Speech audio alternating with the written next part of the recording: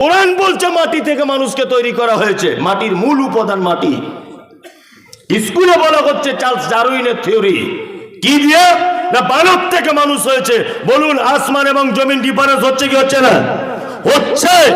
আপনার বেটা যদি শুধু চার্লস ডারউইনের থিওরি বানর থেকে মানুষ হয়েছে এইটা যদি জেনে বসে থাকে, আপনার বেটার ঈমান থাকবে না যাবে? যাবে। তার মানে আমি মমতাজুল ইসলাম বলতে চাইছি, আপনার বেটা যেমন চার্লস ডারউইনেরটাও শিখবে, ঠিক তেমন কোরআনেরটাও যেন জানে। আপনার বেটা স্কুলে যেমন এটা শিখবে ওর নাম যিশু, আপনার বেটা এটাও যেন শেখে ওর অরিজিনাল নাম ঈসা। কি বললাম বুঝলেন? এই দুটো জ্ঞান রাখতে হবে। যদি শুধু একটাই পড়ে যান তাহলে কে বিপদ। আমরা কিন্তু একটাতেই পড়ে আছি, একটাতে পড়ে আছি না? পড়ে আছি। আর আমি আপনাদেরকে একটা সমীক্ষা বলে দিচ্ছি। আমার বয়স আমার মায়ের হিসাব অনুযায়ী 32+। কি বললাম বুঝলেন? এই 33 আমার পা দিয়েছি। 90 সালে আমার জন্ম।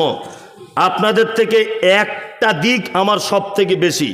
এখানে যতজন আছেন, লেখাপড়া না, টাকা পয়সা না, ভালো গাড়ি তাও না, ভালো বাড়ি তাও নয়, অনেক মানুষের সঙ্গে মেশা আর অনেক জায়গায় ভ্রমণ করার একটা এক্সট্রা নলেজ আমার ভিতরে আছে, যা আপনাদের নেই সবার।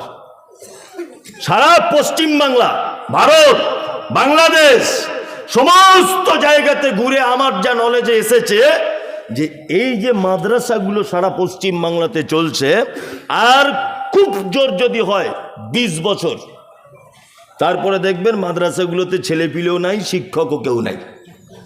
আল্লাহর ঘর, আল্লাহর দিন, আল্লাহ চালাবে, ওটা আলাদা ব্যাপার। কিন্তু সমীক্ষাটা আপনি ভালো করে এখনই বিবেচনা করে দেখুন, মিশনওয়ালারা যেভাবে লেগেছে মাদ্রাসাতে, আর কেউ তার বেটাকে সহজে দিচ্ছে? কারণ কি, প্রত্যেক গার্জেন, প্রত্যেক কর্তৃপক্ষ এখন হিসাবি। ও ভেবে রেখেছে কষ্ট করে যদি আমার বেটাকে মিশন থেকে, আলামীর মিশন থেকে যদি পাস করানো একবার যদি যায়, আমার বেটা যদি ডাক্তার হয়, 4টে রুগী দেখলে 2000, 500 করে ফি। ভেবেই রেখে দিয়েছে, ভেবে রাখেনি। আর মৌলভী সাহেব করবে একটা বেটাকে 4 বার ভাবছে 15 বছর মিনিমাম পড়তে হবে। 6500 বেতন আর মমতার 3000, 9500। আমার লোকের গালাগালি তো আছেই, এটা ওটা, আজানের কম বেশি এটা ওটা তো আছেই। আচ্ছা বলুন তো, কেউ তার বেটাকে আর স্বতঃস্ফূর্তভাবে মাদ্রাসায় নিয়ে যেতে চাইবে? চাইবে? চাইবে না। এর জন্য কিন্তু আল্লাহর কসম করে বলছি, আমি মমতাজুল ইসলাম একজন সমাজের মানুষ, আপনারা যেমন কোনো সমাজের, এই গ্রামের মানুষ, আমিও কিন্তু আমার গ্রামের একটা সমাজের মানুষ। আমরা কিন্তু সব সমাজের মানুষেরা দায়ী, সব দায়ী। কারণ প্রতিটা মানুষ হিসাব করছে। এই যে জলসাটা দিয়েছে, কমিটি হিসাব করে দিয়েছে, মমতাজুল ইসলাম এত টাকা, এবাদুল্লাহ এত টাকা, প্যান্ডেল এত, যা হবে সেটা লাভ। হিসাব করে প্রথমেই নিয়েছে ওরা, দিয়েছে। কেউ বিনা হিসাবে চলে না। প্রতিটা গার্জেন ভাবছে আমার বেটা আগামী ভবিষ্যতে এমন একটা কিছু হোক যে আমার বেটা সুখে থাকবে, 2 তলা বাড়িতে এসি চালিয়ে ঘুরবে, আমার বেটা গাড়িতে। সব বাপের স্বপ্ন আছে না নেই? কিন্তু একটা বাপ যখন মসজিদের ইমামের দিকে তাকিয়ে ফেলছে, তখন তার মনোবল আস্তে আস্তে ভেঙে গিয়ে বলছে, না, আমার বেটাকে আর মৌলভী সাহেব করা যাবে না। করবে কি করবে না? আশ্চর্য ব্যাপার। এই ইমাম সাহেবদের এসব বেতন, তারপরে হাবিজাবি, এগুলো যতদিন না পর্যন্ত সচ্ছলতার সাথে না আসবে, ততদিন পর্যন্ত মাদ্রাসার দিকে মানুষের আরো অনীহা, আরো মানে ঘৃণা জন্মাবে এদেরকে দেখে। এর জন্য আমরা দায়ী। এর জন্য কারা দায়ী? আমরা দায়ী। শুনুন, দুনিয়াবী শিক্ষা যদি আপনি করেন, দুনিয়াতে ক্ষণিকের জন্য উপকার হবে। যদি আপনার বেটা মাদ্রাসায় পড়ে, যদি আপনার বেটা আলেম হয়, তাহলে 2 দিকে উপকার হবে। এক, দুনিয়াতে উপকার, আখিরাতেও উপকার। কোন একটা স্কুলের মাস্টার মশাই এই গ্রামে হেঁটে হেঁটে আসুক তো দেখি, জোহরের নামাজের পর মসজিদে নামাজ পড়তে ঢুকুক তো দেখি, একটা অপরিচিত লোক। কেউকে জিজ্ঞাসা করবে না তোমার বাড়ি কোথায়। দেখবেন আমি মমতাজুল ইসলাম ঢুকবো জোহরের নামাজ পড়তে আপনাদের মসজিদে, সঙ্গে সঙ্গে 5টা লোক এসে সালাম আলাইকুম, বাড়ি কোথায় মৌলানা সাহেব আপনার, চলুন আমার বাড়িতে 2 ডাল ভাত খেয়ে নেন। ঠিক আছে, 2 তলায় রুম আছে, থাকবেন। এটা করবে কি করবে না? করবে। এটা আল্লাহর তরফ থেকে সম্মান। বিশ্ব নবী বলেছেন কিয়ামতের দিনে যারা এক পক্ষবাদী, শুধুমাত্র ছেলেকে জেনারেল লাইনে দিয়ে রেখেছে, আরবি কিছু বোঝায়নি, আল্লাহ নবী বলেছেন একজন কোরআনের হাফেজকে বলা হবে তুমি একটা করে আয়াত তেলাওয়াত করো। কোরআনের হাফেজ বলবেন আলহামদুলিল্লাহি রাব্বিল আলামিন। একটা মর্যাদার তলাতে তুমি উঠে যাও। আর রহমানির রহিম আর একটা মর্যাদাতে উঠে যাও। মালিক ইয়াউমিদ্দিন আর একটা মর্যাদাতে উঠে যাও। ইয়্যাকা না'বুদু ওয়া ইয়্যাকা নাস্তাঈন তুমি আর একটা মর্যাদাতে উঠে যাও।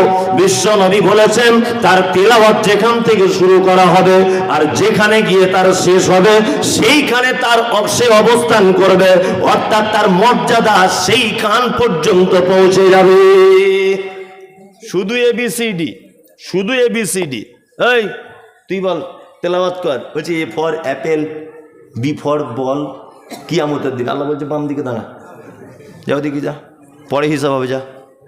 শুধু এ ফর অ্যাপেল করে এসেছো তুমি? তোমাকে বলেছিলাম না দিনের শিক্ষা অর্জন করা ফরজ? আমি বলছি আপনি এ ফর অ্যাপেল যেমন শিখেছেন তেমন এটাও শিখুন, আলিফে আল্লাহ বাই বিসমিল্লাহ, দুটোই আপনি শিখুন। কি বললাম বুঝলেন? এই দুটো যতদিন না পর্যন্ত আপনি শিখতে না পারবেন ততক্ষণ পর্যন্ত আপনার দুনিয়াতে উপকার হবে, আখিরাতে উপকার আসবে না। জ্বলন্ত প্রমাণ দেখতে পাচ্ছেন না আপনারা? জ্বলন্ত প্রমাণ। ছেলে এমবিবিএস ডক্টর, বাপ মারা গেছে, ৩,০০০ টাকার বেতনের ইমাম সাহেব বাপের জানাজার সামনে দাঁড়িয়ে আছে।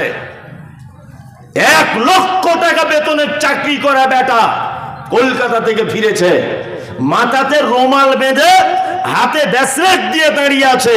তোমার মতো হতভাগা পিতা পৃথিবীতে আর কেউ নেই যে তোমার পিতা তোমার বেটা তোমার জানাজার সামনে দাঁড়িয়ে রব্বির হামহুমা কামা রব্বায়ানি সাগীরা এই দোয়াটা বলে তোমাকে শেষ বিদায় জানাতে পারলো না। তোমার থেকে হতভাগা বাপ আর কেউ আছে? বলছে মাদ্রাসা পড়াচ্ছিস বেটাকে, ভবিষ্যৎ অন্ধকার করবি, দেখা যাবে কার অন্ধকার। টাইম একদিন আসছে। কি বললাম বুঝলেন? টাইম একদিন আসছে। চলুন, এই তো আপনি বসে আছেন, সূরা লোকমানটা একটু বার করে দেন তো আমাকে। সূরা লোকমান, টাইম একদিন আসছে আপনার কাছে, সূরা লোকমানটা বার করে দেন। টাইম একদিন আসছে আপনার কাছে বিনীত অনুরোধ, সকল দিনই ভাই এবং বোন অবশ্যই আপনার বেটাকে বেটিকে দুটি শিক্ষায় শিক্ষিত করুন। একদিকে যেমন আরবি থাকবে আর একদিকে বাংলাও থাকবে। আপনাদেরকে এবার একটা কথা বলি, আচ্ছা বলুন তো শিক্ষিত মানুষদের মর্যাদা আল্লাহ দিয়েছেন কি দেননি? কথা বলুন। দিয়েছেন। কেমন করে মর্যাদা দিয়েছে আল্লাহ সুবহানাহু ওয়া তাআলা? কেমন মর্যাদা দিয়েছেন এই দেখুন, আপনাকে দেখাই। প্রথম নম্বরে হচ্ছে এই আদম আলাইহিস সালামকে আল্লাহ তাআলা তৈরি করলেন। আদমকে তৈরি করার পরে আল্লাহ তাআলা বলছেন ওয়া আল্লামা আদমাল আসমাআ কুল্লাহা সুম্মা আরাদাহুম আলাল মালাইকাতি ফাকালা আনবিউনি বিআসমাই হাউলাই ইন কুনতুম সাদিকিন। আল্লাহ আদমকে তৈরি করার পরে বলছে আদম এই, এটার নাম আপেল, এটার নাম বেদানা, এর নাম কলা, এর নাম আঙ্গুর, এর নাম বেগুন, এর নাম নদিয়ার গুড়, খাজুরের, সব কিছু নাম শিখিয়ে দেওয়া হলো। এ টু জেড নাম আদমকে বলে দেওয়া হলো। ফেরেশতাদেরকে ডাকা হলো, ডেকে ফেরেশতাদেরকে বলা হচ্ছে তোমরা বলো এইসব জিনিসের নামগুলো বলো। ফেরেশতারা তখন বলছেন যে আল্লাহ আপনি যতটুকুন আমাদেরকে জানিয়েছেন ততটুকুন পারবো, আর বেশি পারবো না। তখন আল্লাহ আদমকে বলছে আদম তুমি বলো। আদম তখন বলছে এটা গুড়, এটা বেগুন, এটা আদা, এটা রসুন, এটা মূলো, এটা অমুক, এটা তমুক, সব বলে দিল। তখন আল্লাহ তাআলা কি বলছেন ফেরেশতাদেরকে? এই আদমকে সেজদা কর। একজন মাত্র করলো না, মিস্টার ইবলিস, মিস্টার ইবলিস সবাই সেজদা করে দিল, তাই না? আচ্ছা আদমকে সেজদা করানো হলো কেন? দুটো এর ব্যাখ্যা। এক, আল্লাহ তাআলার হুকুম ফেরেশতারা কতটা মান্যতা দিচ্ছে, এক। দুই, এই মুহূর্তে ফেরেশতাদের থেকে জ্ঞানী কে? আদম। তার মানে জ্ঞানীর মর্যাদা আছে। চলুন এটা আল্লাহ মর্যাদা দিয়েছে জ্ঞানী। নবীজি কেমন দিয়েছেন বলুন তো? ইসলামে কুকুর বাড়িতে পোষা জায়েজ না নাজায়েজ? হ্যাঁ, নাজায়েজ। আচ্ছা, সত্যি নাজায়েজ। এক, নবীজি বলেছেন কেউ যদি বাড়িতে ঢং করে যদি কুকুর যদি রাখে, প্রত্যেক দিন তার আমল নামা থেকে 2 কিরাত অর্থাৎ 2 উহুদ পাহাড়ের সমান নেকি মাইনাস হয়ে যাবে। যাদের আছে মুড়া ঝাঁটা মেরে বার করুন কাল সকালে। কি বললাম বুঝলেন? একদম বাড়িতে কুকুর রাখা যাবে না। তবে এই দিকে আবার মজার হাদিসটা শুনুন। প্রশিক্ষণ প্রাপ্ত কুকুর যদি হয়, যে মালিকের মাল কোনটা বুঝে আর বেমালিকের মাল কোনটা এই জ্ঞান যার আছে। 2, যাকে ট্রেনিং দেওয়া হয়েছে যে এইটা এই ঘরের ছেলে আর এইটা ওই বাড়ির ছেলে, যে কুকুর এটা বুঝতে পারে। আল্লাহর নবী থেকে প্রমাণিত এটা যে তুমি তোমার ধানের গাদা, তুমি তোমার গরুর গোয়াল, তুমি তোমার কাজের জন্য ওই কুকুরটাকে চৌকিদার হিসাবে ব্যবহার করতে পারো। ইসলাম পারমিশন দিয়েছে। তার মানে বোঝা যায় যে শিক্ষিত কুকুরও যদি হয়, ইসলাম তাকে প্রাধান্য দিয়েছে। কি বুঝলেন?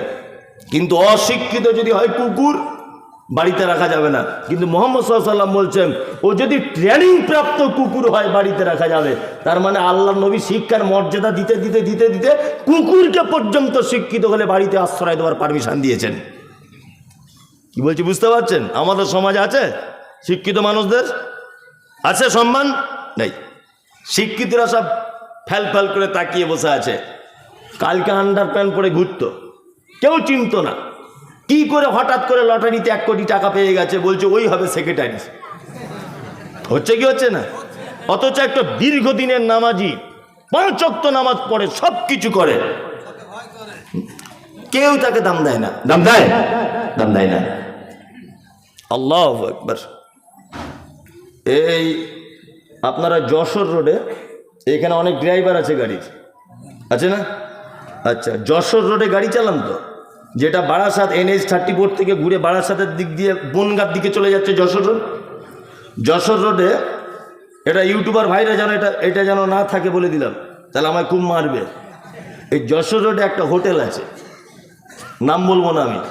বামনগাছি চৌমাথা, বলে দিচ্ছি, বামনগাছি চৌমাথা পার করে বাম দিকে নিচে হোটেল, উপরে বার আর মদের দোকান। একটা পাক্কা 2 বার হজ করা লোক হাজি সাহেবের, সত্যি বলছি, হাজি সাহেব, এবং উনি মসজিদের একজন সেক্রেটারি।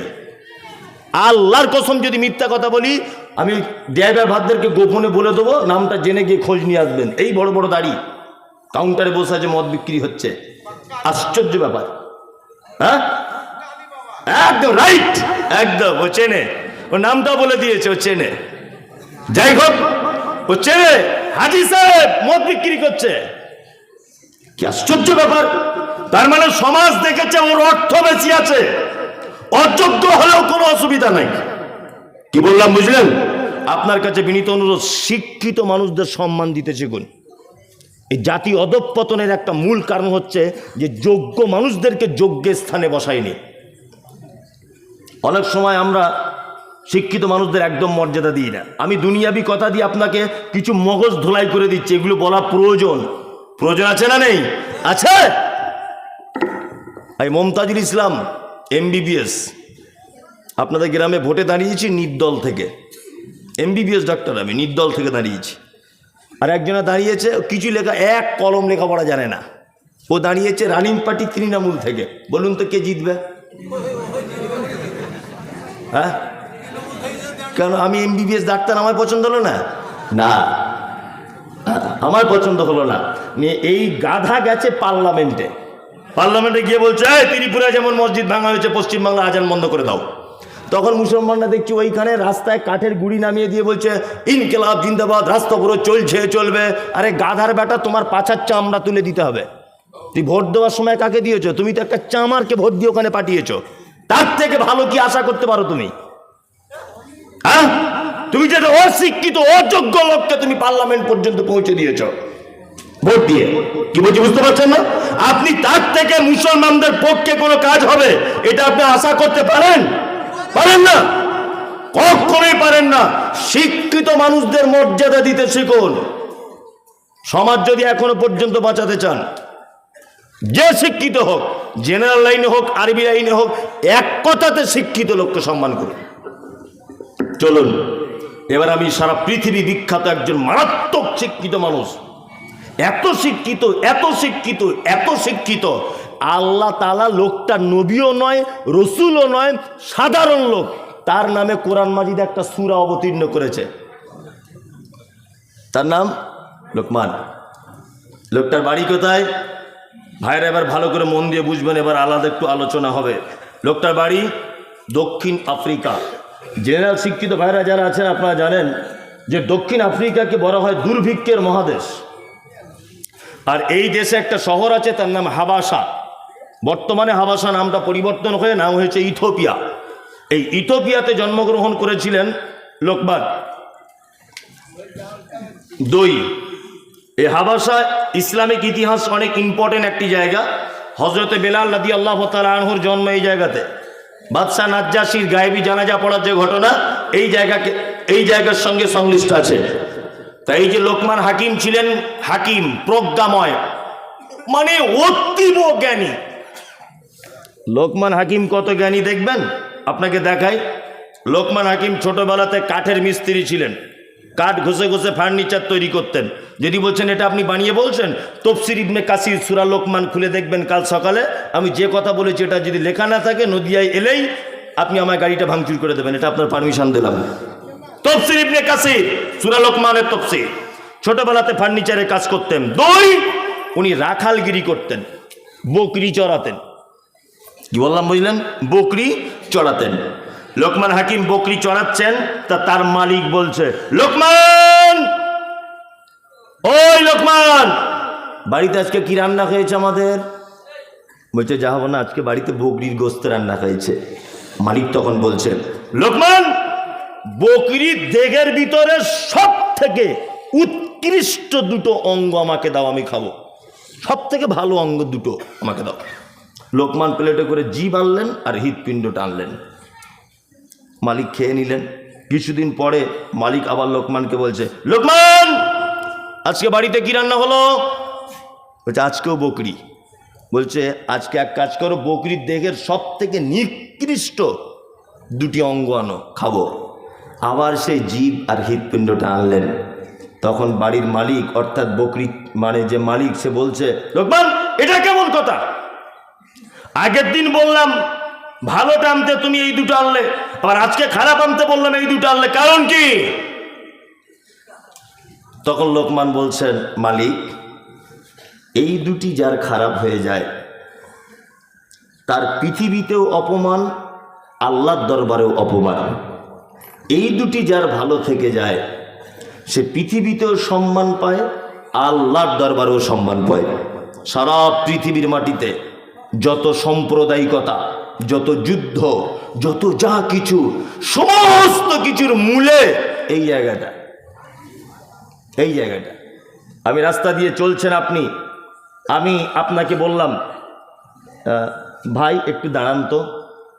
আচ্ছা বলুন তো, আপনি আমার দিকে ফিরে দাঁড়াবেন কি দাঁড়াবেন না? দাঁড়াবেন।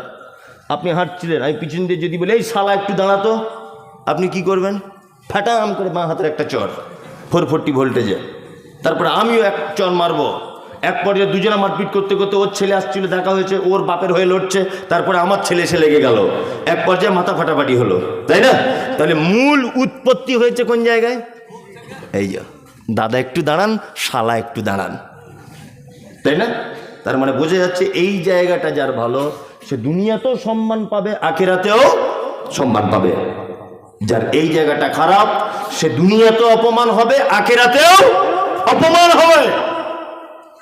লোকমান হাকিম এত জ্ঞানী ছিলেন, আল্লাহ সুবহানাহু ওয়া তাআলা তাফসীরের ভিতরে বলা হচ্ছে, লোকটা দেখতে কালো, কুচকুচে, ঠোঁটটা লম্বা, নিচের দিকে ঝোলা ঠোঁট, পাখির বাসার মতো চুল, আফ্রিকার লোকদের দেখতে যেমন হয়।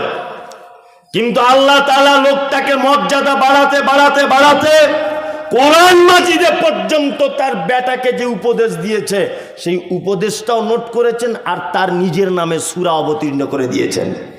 তার মানে বোঝা যায় তোমার কত টাকা আছে, টাকার বিনিময়ে তোমার সম্পদ বাড়ে না, সম্মান বাড়ে না। কটা তোমার লরি আছে তার জন্য তোমার সম্মান বাড়বে না।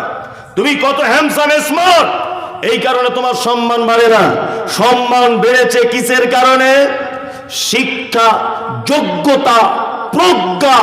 এই কারণে আল্লাহ তাআলা তাকে কোরআন মাজিদ পর্যন্ত পৌঁছে দিয়েছে একজন কালো কুচকুচে লোককে। আমি মমতাজুল ইসলাম এখানে এসেছি। আমার বাড়ি কি উত্তর 24 পরগনাকে ভালোবাসেন বলে ওই জেলার লোক বলে এনেছেন, না লোকটা কিছু বলতে পারে বলে এনেছেন? কিছু বলতে পারে বলে এনেছেন। আমার আব্বা নাম লিখতে জানে না, ওকে কেউ চিনে না। কিন্তু আপনি আমার কথা বলুন, আল্লাহর কসম, দেমাক অহংকার নয়, বোঝানোর জন্য বলছি। সারা বাংলার একটা বাচ্চা ছেলেও বলবে মমতাজুল ইসলামকে চিনি। বলবে কি বলবে না? বলবে। তাহলে এই জায়গা পর্যন্ত আমি বা আমার আগে যিনি বক্তা, আজকের যিনি সভাপতি, মসজিদের যিনি ইমাম, এই জায়গাগুলো পেয়েছে কিসের কারণে? তাদের ভিতরে কিছু যোগ্যতা রয়েছে। তাই বাচ্চা ছেলেকে স্যার বলে অফিসে ঢুকতে হয়, হয় কি হয় না? হয়। কারণ কি? ওর ভিতরে শিক্ষা রয়েছে। তোমার শিক্ষা নেই, তোমার 10 পয়সাও দাম নেই। লোকমান হাকিম তার বেটাকে যে শিক্ষা দিয়েছে, আল্লাহ এত পছন্দ করেছে যে ওই শিক্ষাটা কোরআন মাজিদে লিপিবদ্ধ করেছেন। আমি একটা একটা করে আপনাদেরকে শিক্ষাটা বলবো, ইনশাল্লাহ আজকে বাড়ি গিয়ে আপনি আপনার বেটাকে, আপনার বেটিকে দেবেন। হাত তুলুন কারা কারা। বক্তব্যের সঙ্গে যেন মুনাফিকি না হয়। এই বলে দেবেন, আপনার বেটা বেটিকে বলে দেবেন তো? ইনশাল্লাহ বলুন। ইনশাল্লাহ। এক, লোকমান হাকিম তার বেটাকে বলছেন, ওয়াইদ ক্বালা লুকমান আলী ইবনিহি ওয়া হুয়া ইয়াইদুহু ইয়া বুনাইয়া লা তুশরিক বিল্লাহ ইন্নাশ শিরকা লাযুলমুন আযীম। লোকমান হাকিম উপদেশের ছলে তার বেটাকে ডেকে বলছে, ইয়া বুনাইয়া, হে আমার বেটা, লা তুশরিক বিল্লাহ, কখনোই যেন আল্লাহর সঙ্গে কাউকে শরীক করে দিও না। ইন্নাশ শিরকা লাযুলমুন আযীম, নিশ্চয়ই পৃথিবীতে যত পাপ আছে শিরক হচ্ছে সব থেকে বড় পাপ। তাহলে পরিবারকে সর্বপ্রথম বাঁচাতে হবে কোন পাপ থেকে? শিক্ষা দিচ্ছেন লোকমান হাকিম, শিরক। কাকে বলে? আল্লাহর যে ক্ষমতা আছে সেই ক্ষমতা পৃথিবীর অন্য কারো আছে, এটা মনে করা শিরক।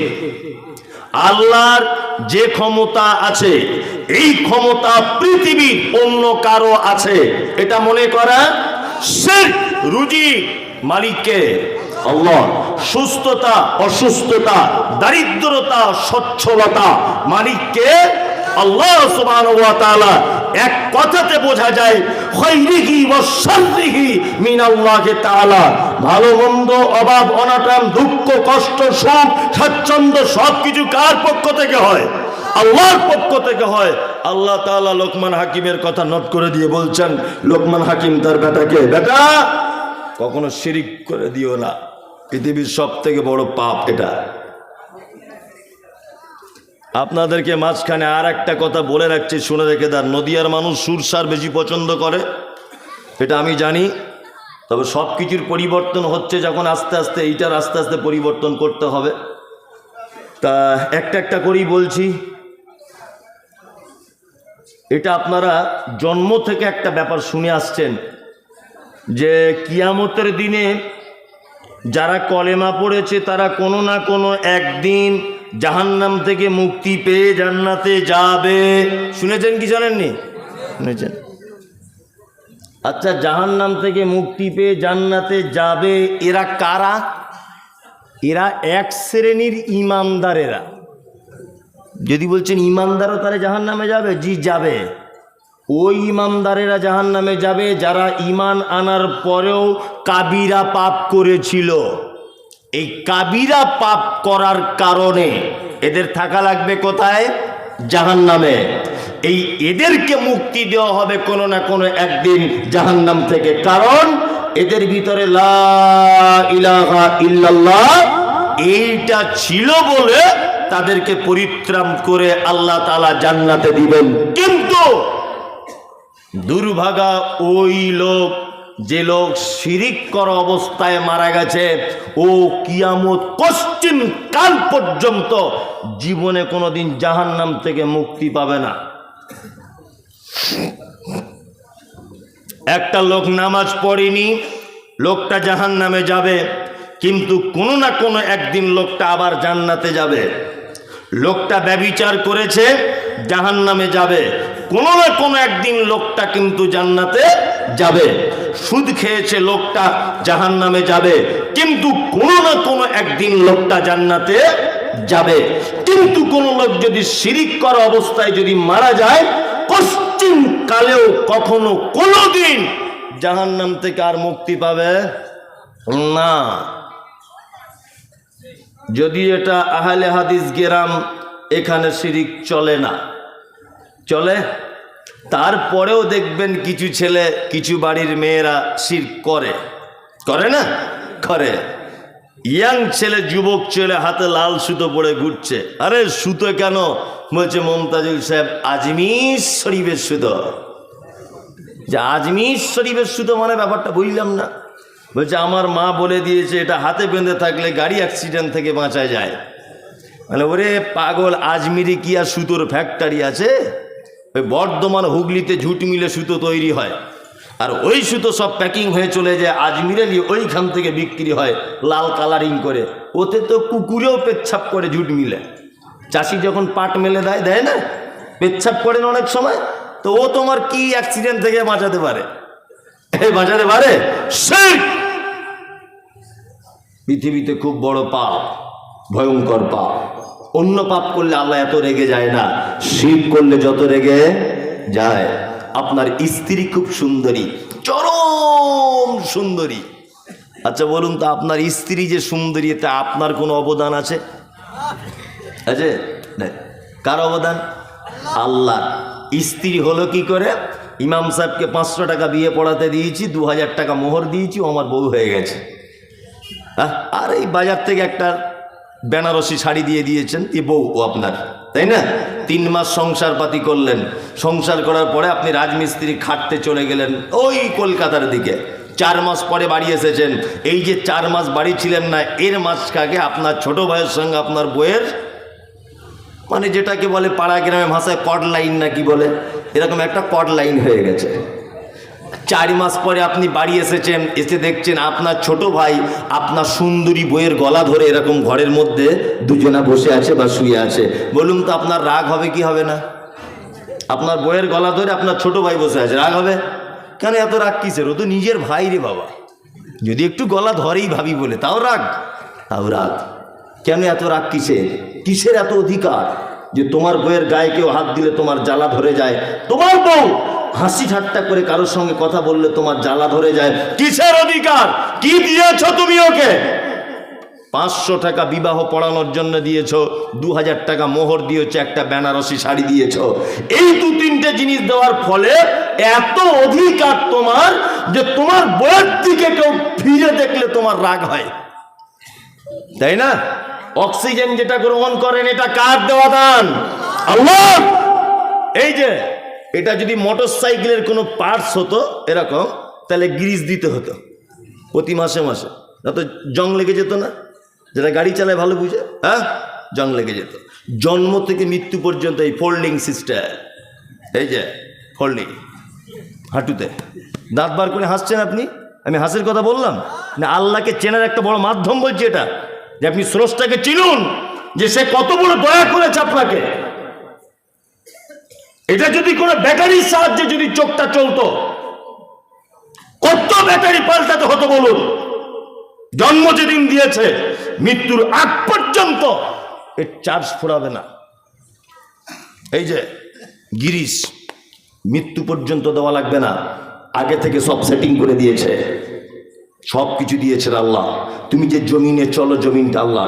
তুমি যে পানি পান করো, এটা আল্লাহ। তুমি যে সূর্য তাপ গ্রহণ করো, এটা আল্লাহ। তুমি যে অক্সিজেন গ্রহণ করো, এটা আল্লাহ। তোমার চোখের আই পাওয়ার, এটা আল্লাহ। তোমার টোটাল বডিটাই দান কার? আল্লাহ। তার মানে 500 টাকা বিয়ে পড়ানো, 2000 টাকা মোহর দেওয়া বউ, এই যদি অন্য কারোর দিকে তাকালে তোমার যদি এত জ্বালা ধরে, যে আল্লাহ তোমাকে পৃথিবীতে তৈরি করেছে। আচ্ছা বলুন, এই আল্লাহকে বাদ দিয়ে যদি কেউ অন্য কোনো কারুর কাছে যায়, আল্লাহ রাগ করবে কি করবে না? করবে, করবেই করবে। শিরক।